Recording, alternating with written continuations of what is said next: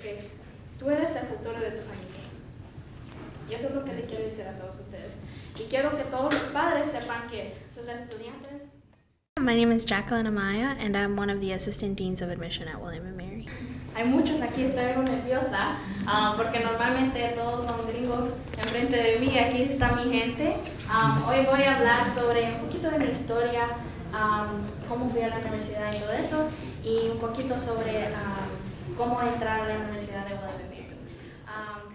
My story starts with my parents, of course. They immigrated here in the 90s, and they're both from El Salvador. And I definitely had the privilege of being born in the United States. I think we forget very easily how much of a privilege it is to have legal status here in the U.S.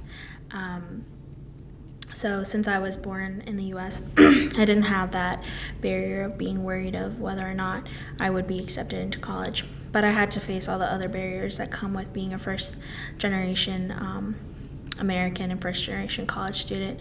So I definitely had to make a way and like get all the knowledge that I could on my own, because my parents they weren't able to be advocates for me. They were just really great supporters along the way. So I had to make sure I researched all the advanced programs, IB program, and made sure I applied and had my grades up and such. When applying to college, I guess I was really worried about, my testing. I think as a person of color, as a first-generation American, my test scores weren't as high as other people, but I didn't let that deter me from continuing to pursue my dream of college. So once I applied, I feel like I had a lot of people that I had searched out for and really encouraged me to apply to different schools. And I think I think I had done all the right steps up to that point to get into college, and so that was like fairly easy. I mean, it was frustrating though, having to fill out the Common App, having to fill out FAFSA, and figure out all this information on my own because my parents had never done it, or like couldn't be like a source of information for me.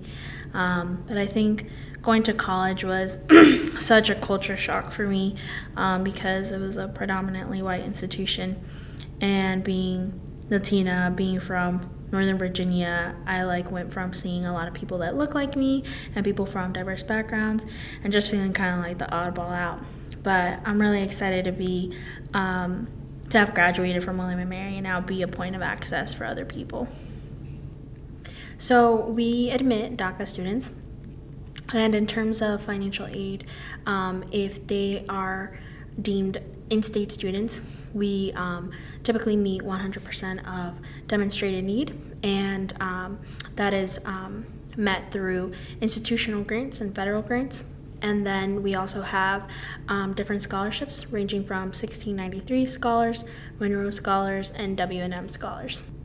We will meet 100% of demonstrated need for in-state DACA students, but not all institutions are able to do that. Yeah, so current DACA students, through various federal court orders, are still able to renew their DACA, which is really encouraging, especially after last September hearing that the program would be rescinded. So I feel like in terms of students that have DACA, they'll still be able to pursue their dream of college.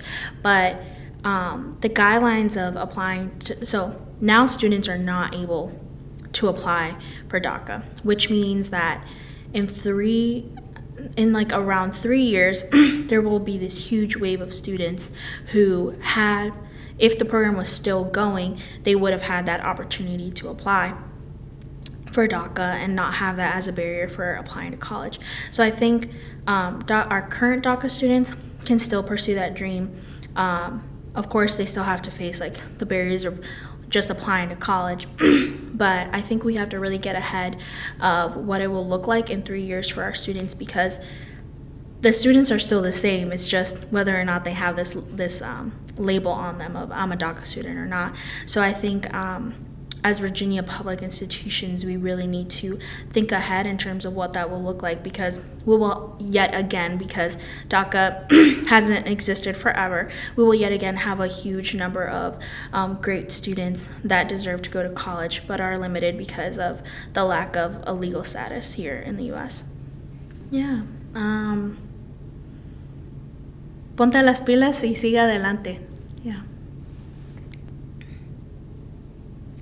I think definitely, to the best of your ability, research different schools and what they're doing, and look at the different like programs and organizations that are for DACA students and undocumented students, to get a feel for what universities and colleges are doing for students of different statuses, because this information is there and you just have to be able to find it. So don't give up on your dream to go to school just because at the moment the story seems bleak and status is up in the air. Make sure to continue to pursue your dreams and to work hard, because you never know when people like us will continue to change the world.